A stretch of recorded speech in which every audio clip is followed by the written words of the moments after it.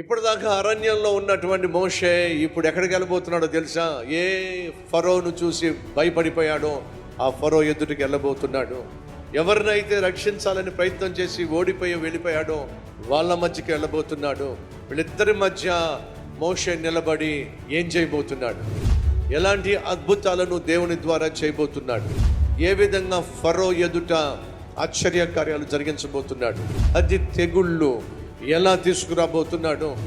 ఫరో మెడ ఎలా వంచబోతున్నాడు? ఒకటి కాదు, ఇక నుంచి వచ్చేటటువంటి సిరీస్ బహు అద్భుతంగా ఉంటుంది.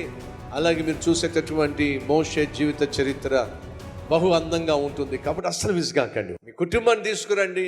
ఎవరినైతే బాగుపడాలని మీరు ఆశపడుతున్నారు వారి ప్రేమతో ఆహ్వానించండి. నంబూర్ కల్వరి టెంపుల్లో ఉదయం 6 గంటలకు మొదటి ఆరాధన, రెండో ఆరాధన 10 గంటలకు, మూడవ ఆరాధన సాయంత్రం 6 గంటలకు మన కల్వరి టెంపుల్ నంబూర్ లో జరుగుతున్న ఆరాధనకు మిమ్మల్ని ప్రేమతో ఆహ్వానిస్తూ మీ రాక కొరకు ఎదురు చూసే మీ కాపరి సతీష్ కుమార్.